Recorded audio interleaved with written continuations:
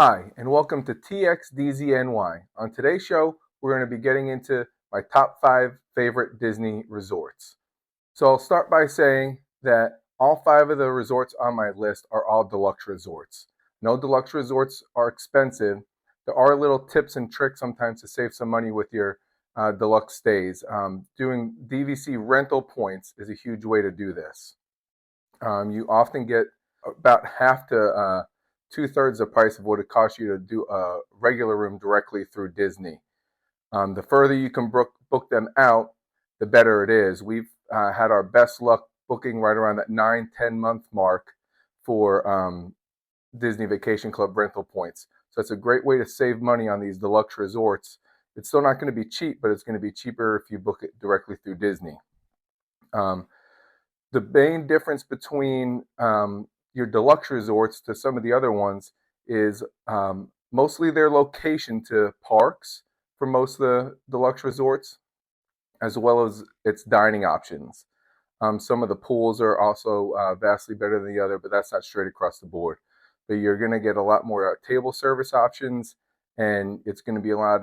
You're going to have more options to get to the parks than just the buses, like a lot of the other resorts are.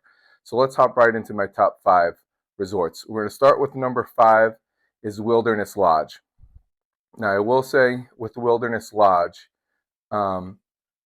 that this would be higher on my list if we're just factoring the Christmas season.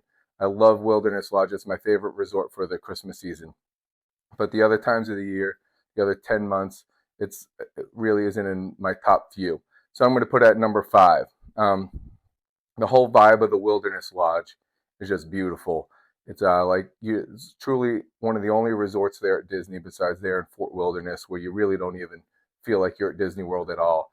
It feels like you're just out in a forest, out on a lake. That lake is Seven Seas Lagoon that attaches to Magic Kingdom, which the boat can take you to and from Magic Kingdom from Wilderness Lodge as an additional way to get to some of the parks. It also has bus services everywhere else. You do have that boat option to go to and from. There has several different dining options there. Their main one being the Storybook Dining at Artist Point, which is Snow White themed restaurant. It's really got really good food, a little bit of a show with it.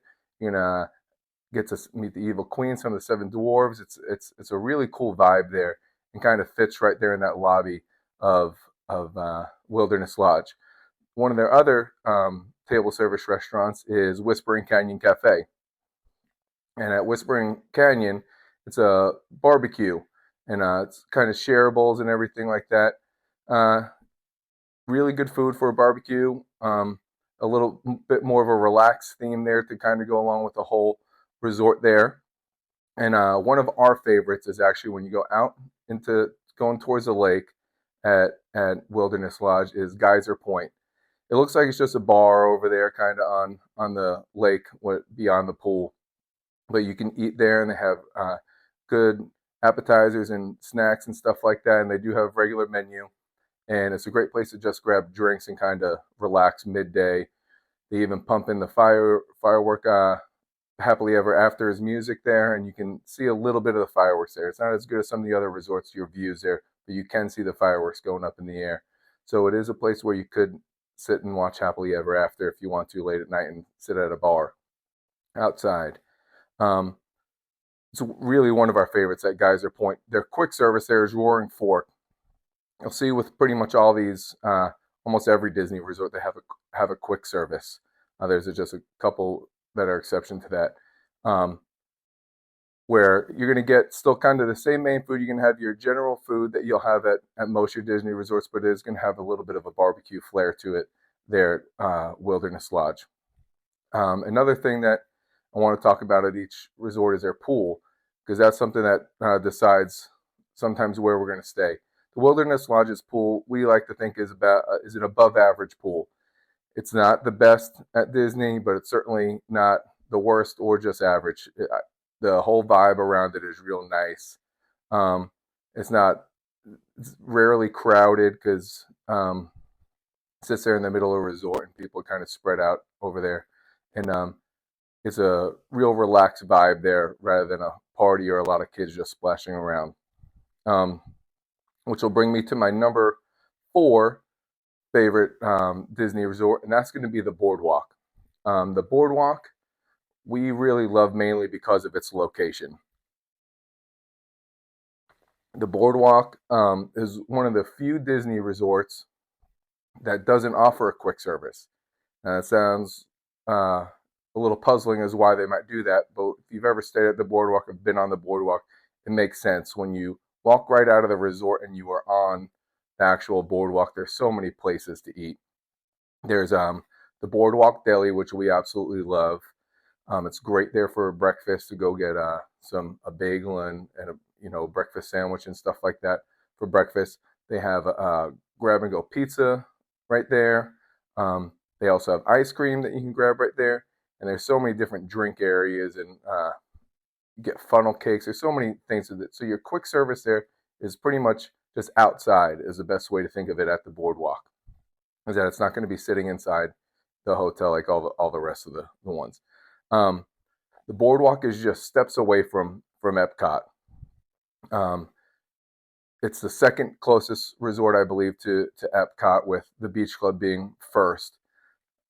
I could be wrong on that. It's a Yacht Club and Boardwalk are probably pretty close. If you're staying in the villas at the Boardwalk, you're going to be a little bit further away. But they're both within walking distance to Epcot, going in through World Showcase in between the France and the UK Pavilion. You also are only a quick little nice boat ride over to Hollywood Studios if you want. You could even walk it if you care to. It's about a 15-20 minute walk if you're really getting after your walk. You also could take the Skyliner if you wanted to.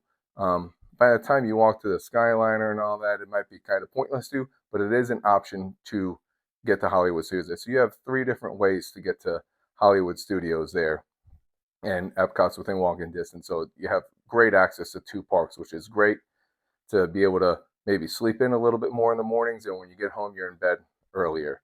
Some of the more signature restaurants at the Boardwalk are going to be Flying Fish. Now, these are all sitting on the Boardwalk, not inside the hotel. Flying Fish, which is a real nice seafood restaurant there. I'm not a big seafood eater myself, but my wife absolutely loves seafood. We've been there once before because they do have other foods besides just seafood. It was very nice in there. Would recommend it. It's a cool little place if you're looking for a chill day on the Boardwalk. The other one is Trattoria Al Forno, which is an Italian restaurant. And this used to have some characters in there for brunch a couple of years back, and they've gotten rid of that. But still, the food there is pretty good for Italian food. Another big thing with the Boardwalk is their live shows. Boardwalk really comes alive at night. You see all these live performers there on the Boardwalk, which is great to just sit there and watch them, and then you can just go back up to your room. If you don't have kids, there's several bars down there that you can go to, some places that are open up later than you think would be at Disney World. Abracadabra is a cool little place. There's a dancing place there. There's a few things to do there right on the Boardwalk, where it's a little bit more adult driven in the evenings, but it's great for live shows for the kids. Let me get to my number 3 resort, and that's going to be the Grand Floridian. The Grand Floridian for us is always going to hold a special spot. So it's always going to be ranked high for us since we got married there. So it's always going to be special to me. And find out with the Grand Floridian, it's just very elegant looking is the best way to describe it. It just looks like has a lot of class to the resort, from the whole lobby to the rooms. It's a Mary Poppins themed rooms and things like that. It's a very elegant resort. It also has a lot of dining options there. You're going to have Citrico's, which is a Mary Poppins themed restaurant, which is a very nice sit-down meal. I've only been here once, and I had a good experience. I have nothing but good things to say about Citrico's. I just like some of the other restaurants there a little bit more. Being one is Narcoossee's. Now, Narcoossee's is a little hidden gem that me and my wife like going to. We just kind of stumbled upon it on a late reservation once, several years back, and ever since then I've really loved this place. It's not an overly hard reservation to get if you're thinking about it a little bit in advance. And it's a seafood and steakhouse, and it's at the Grand Floridian, pretty much as close as you can get to the Magic Kingdom. And the restaurant kind of sits out there on Seven Seas Lagoon, and pretty much half the restaurant is along the window. Where if you time it right, you can watch the fireworks from your table in there. You can even watch the electrical pageant going by after the fireworks. But the food there was top notch. My wife gets a surf and turf every time. I get a fillet. The desserts were good. Everything in there was just very, very nice. We highly recommend it. So one of the few Disney restaurants we haven't been to is Victoria and Albert's. Now, Victoria and Albert's is about as nice of a meal you can get on Disney property. We haven't been there. I've heard good things about it. It is extremely pricey, so know that. I don't have too much to say on it besides that it looks like it's really nice and fancy. It'd be great for a date night or something if you can work it out money wise. Then some of your other ones are like Grand Floridian Cafe. That's more your everyday type meal over there at Grand Floridian. It's probably the most common one that people go there to go grab some of their meals. The other one that we're waiting to hear back on is the 1900 Park Fair. 1900 Park Fair actually closed, and I'm hoping it opens up again soon. It was one of the places there that you really could have a nice meal, and you can meet some characters. They had Mary Poppins there, Alice, Mad Hatter, Winnie the Pooh, Tigger, and it closed and it still hasn't opened. So as of February in 2024, which this is when I'm making this video, they haven't announced when it's reopening, but they haven't said it's closed for forever. So hopefully that place opens up soon. Your quick service there at the Grand Floridian is going to be Gasparilla Island. And that's going to have your general quick service type foods, that will appease kids, be really nice.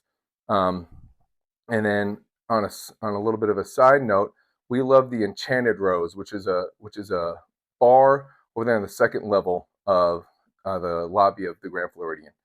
It's Beauty and the Beast themed, and it's meant to kind of theme after the live action version of Beauty and the Beast. And you'd be very surprised on, first off, how beautiful it is in there, which really isn't surprising. But actually, the food is really good. It's a lot of like a tapas style, appetizer type foods there, but the food is actually very, very good. And some of the drinks that they have there are just even better. And it's a cool little, you're in a Disney vibe, but in like a bar type setting. So that's really, really nice. You get to the pool area of the Grand Floridian, it's a beautiful pool. It's one of the only pools there at Disney World where you actually see the monorail going by quite a bit, which when you have kids or even as an adult, it's kind of magical to see when you're just hanging out there by the pool and you see monorails going by every few minutes. Just got that little reminder, oh yeah, I'm still at Disney. And it's right, the pool's right there close to the lake. So you have a nice little lake view. You have a beach area when you're over there. And so it's an above average pool. It's not one of my favorite pools, but it's definitely an above average pool. But the Grand Floridian is a true Disney resort of just elegance, and we highly recommend staying there at least once, sometime in your lifetime. Now to our second favorite is the Polynesian. And the Polynesian, I've always wanted to stay at from when I was a little kid. I remember when I would go to Disney World as a little kid, I've always wanted to stay there. And I didn't get to until I was in my 20s. And wow, it's just a beautiful resort. If you can try to go there when the weather is nice. The pool there is unbelievable. You get great views there you can even see when you're inside the pool, you can see a little bit of the castle, and you got a head-on view of Magic Kingdom and the boats going back and forth and all of Seven Seas Lagoon. At the Polynesian, they also pump in the Happily Ever After music, and you have a beautiful view of Happily Ever After head-on from looking at the beach. It's really a beautiful view, and I highly recommend if you're someone who frequents going to Disney World, going and watching the fireworks from that view. Just have a little different perspective than watching it right there inside of Magic Kingdom. Um, and get to some of their dining options. You're going to have Ohana there, which is a fan favorite of most, which is going to have Lilo, Stitch, and Friends in the for breakfast, and really is one of the better breakfasts that's in essence buffet style without you actually having to go up to the buffet. You pretty much they just have your general foods that they keep bringing you. They're real good about catering to people's allergies and stuff like that. In the evening, it goes more towards like a flame grill type place, and they have so many signature things. They're like their bread pudding and their noodles, and there's so many nice dishes that they have there for dinner. It's also a resort that if you catch during fireworks, that you can watch the fireworks from there, and you have a beautiful view of Happily Ever After from inside the restaurant. Right next to there is a really cool bar, Tambu Lounge, which is pretty much connected. It's pretty much the bar for Ohana, which is really good. They have great Polynesian style drinks. They have the Lapu Lapu, which a lot of people have seen. It's a nice little mixed drink that's served inside of a pineapple. They have a lot of different cool drinks that they have there with a whole Polynesian theme. Um, right on the other side of Ohana, they have Kona Cafe, which is you get a lot of the same things that you can at Ohana there. They're open for breakfast, lunch, and dinner, where Ohana is not open for lunch. But they do side more towards the seafood part when you go in there for lunch and dinner. But if Ohana is a hard reservation for you to get, sometimes you could sneak in there to Kona Cafe and you can get some of the dishes that you could at Ohana. Then their quick service over there is Captain Cook's. We've actually used this quite a bit. We do tend to go to the pool quite a bit when we're there, and your quick service when you're out there by the pool, a lot of times it's a lot easier to just go inside and do a mobile order at Captain Cook's. It's going to be the same thing as a lot of it goes with the vibe of the hotel. So it's going to have a lot of your general food that kids will eat, but then also towards a Polynesian flair to some of the dishes as well. What also the Polynesian is really known for is some of their cool little hangout and bar areas. They have Trader Sam's Bar, which is a really cool bar for adults, where they got a little show that kind of goes on. It's dark in there. It's not very big, and you get like a little show for every drink that you get. It's a really cool little vibe. You know, Disneyland has one. It's Disney World's version of it here at the Polynesian. We tend to go to the Trader Sam's Terrace, which is outside more than actually in a Trader Sam's. It's got a nice little vibe out there where you can still see all the lake and you're outside, where generally speaking, you can catch some nice weather in Florida. And a lot of times they'll even have live music playing out there. So you really just feel like you're almost at like a resort in Hawaii listening to music, eating some good little food and having a few drinks. So those are the food and drink options there at the Polynesian. Now, your ways of transportation there are very similar to the Grand Floridians, both at the Grand Floridian and the Polynesian. You have the boat as an option to get to Magic Kingdom and the monorail as an option. They're both monorail resorts.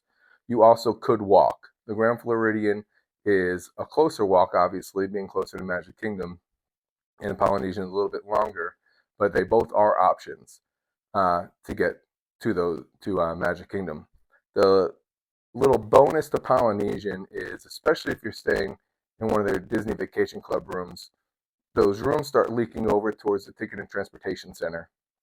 So you really are actually pretty close to being able to just hop on that monorail over to Epcot pretty quickly as well.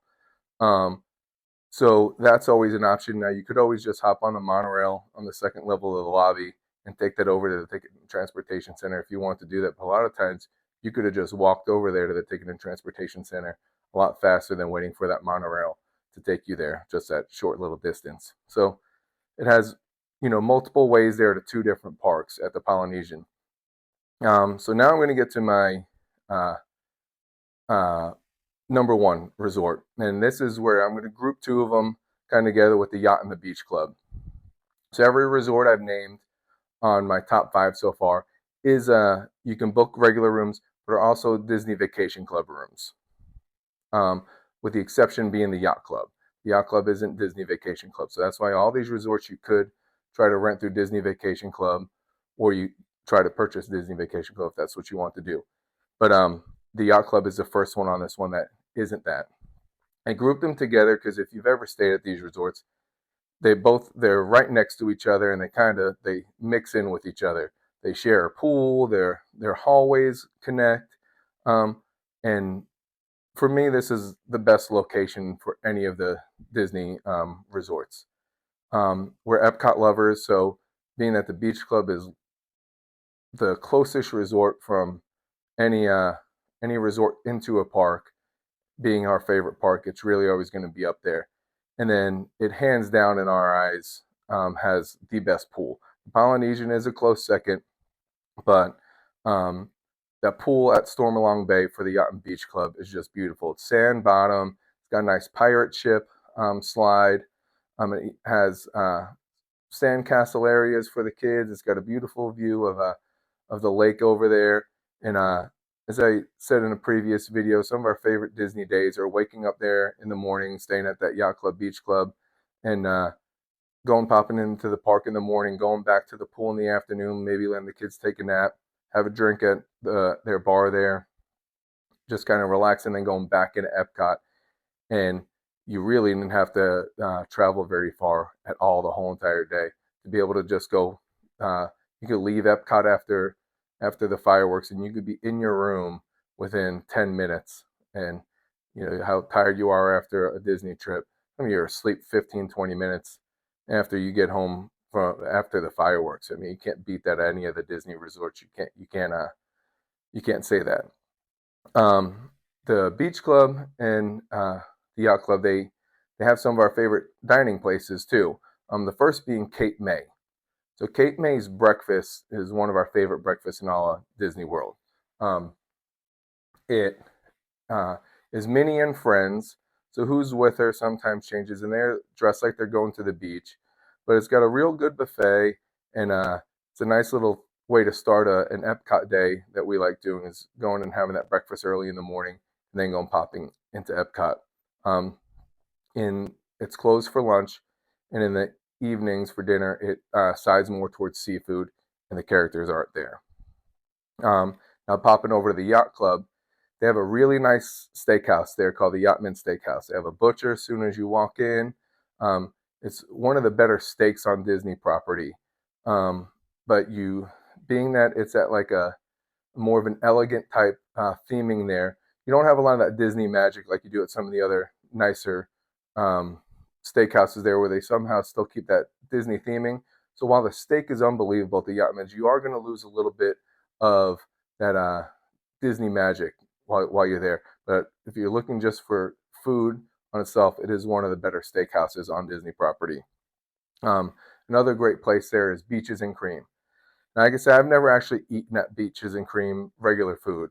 I've been there several times for ice cream, and that's how I recommend people. It's kind of a diner theme in the inside. So think about your general food that you'd get at a diner, but make no mistake that this place is known for its ice cream. They have a kitchen sink that could serve a whole group of people with how big the dish is, and it's a great way to end the night if you just finished and to go in there and just grab some a nice little ice cream sundae to cap off your night. Just a cool little vibe there, like a diner beach type theme. Um, Another cool place that they have over there in the Yacht Club is the Ale and Compass. So the Ale and Compass is open throughout the day. A little hack that we've done when we're not staying at an Epcot resort is doing breakfast at the Ale and Compass. We'll try as early as we can to get an Ale and Compass reservation. It's relatively easy to get the Ale and Compass as a reservation. So let's say I'm staying off property, and I really don't want to park my car in the general Epcot parking lot because it's a long walk from World Showcase. If I watch the fireworks back there all the way to the front of the park, going to my parking spot, dealing with the traffic on the way out. We found a little hack with Epcot days is going booking an Ale and Compass breakfast and doing it early in the morning. Epcot generally doesn't open till 9, so you could do like an 8 o'clock breakfast there, eat breakfast, park your car there at the Yacht Club, and therefore eat your breakfast, then go into Epcot when it opens, and then when you stay for fireworks and are going home, you just have to walk over to the Yacht Club through the back entrance of an exit of World Showcase between UK and France. and you could be in your car in about 15 minutes, where it'd take you 15 minutes just to get to Spaceship Earth if you were all the way back there, if not more. So it's a little hack with the airline compass, and the food's always good. It's kind of general, but it's always good. We've eaten there for lunch, breakfast, it's a great little place. Your quick services there are going to be the Airline Compass Marketplace and the Beach Club Marketplace. Same thing as some of the other places. You're going to get your general marketplace stuff, grab and go, stuff that kids will like. All these, since they're Disney Vacation Club type places, all have like a full. They'll have almost like a general stuff that you need. If you ran out of Tylenol for the kids, diapers for the kids, wipes, deodorant, all the stuff that you just in general think that you need to remember for trip, they'll have these at these Disney Vacation Club resorts. Um, you're going to have the same thing with the beach club that you're going to have with the boardwalk, where you're going to have that easy walk into Epcot, but it's going to be a boat ride, Skyliner ride, or a walk over to Hollywood Studios, which is great to not have to deal with the buses. You don't want to have to wait in lines and all that for 2 parks in a day, for a day. So it's we love that resort because of mainly its location, its pool, and the whole vibe of the place. So that's my top 5 Disney resorts. I know they're all deluxes. I'll do future videos where I'm going to take into consideration the budgets and everything like that.